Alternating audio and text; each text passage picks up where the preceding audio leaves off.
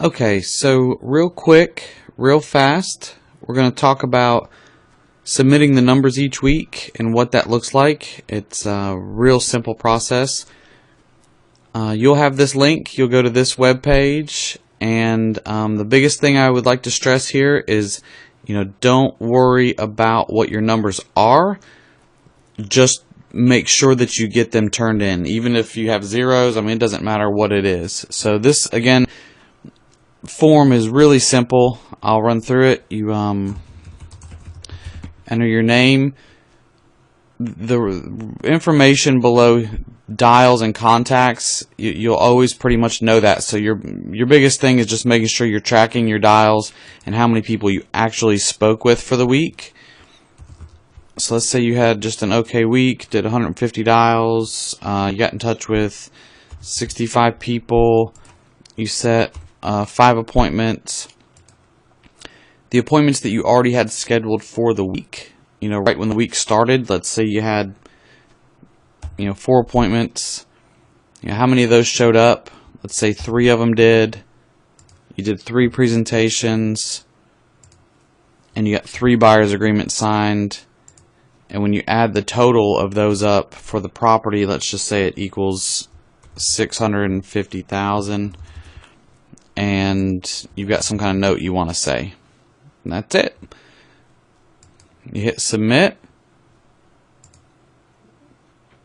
It's going to shoot over an email that looks like this. All the numbers. I'll take that email and I'll plug it into this sheet here. Now you have an option if you want to come in and enter in your daily numbers because you feel good about them, go for it. You're welcome to do that. Otherwise, I'm going to enter them in here. It'll tally them in this column here. As the month goes on, we'll have kind of a cumulative tally for the month. And then we'll have the weekly average right here. So we all know what everybody was able to do that week just as an average. Obviously, anybody using a dialer right now isn't going to get counted in the average because it would throw it off. And then we would see how each person looks against the average, if they're up or down from the average. So we've got dials, contacts, appointments set. We come down here. We have the appointments already scheduled for the week. Appointments that showed up, which is going to give you your show rate. It's important for you and for everybody to know, are your appointments showing up?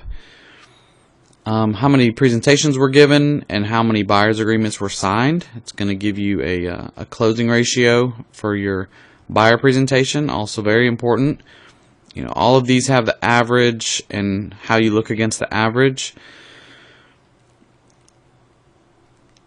You've got contracts in process here. This will be more for our conference call. We can, just see what the team looks like, how many contracts are in process, who's holding or working those contracts, and then what the volume is. Then when we close each month out, we've got January through June here, and the totals of closings. How many closings are we talking about, and what's the volume for that month for those closings, and then what did that equal? January, was it 2 closings for X amount of dollars? However that pans out, and that way we can look at the team's numbers, and then you've got the rest of the year looks the same here.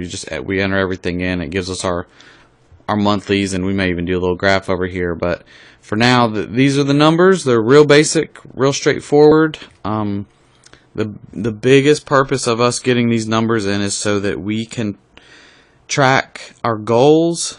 This is not set up to really call anybody out. It's so that as a team we can figure out what we need to do to sell more homes. And getting these numbers in is super helpful. It's something that has to be done. So anyway, I hope this is helpful. If anybody has any questions, you're always welcome to get in touch with me. Thanks.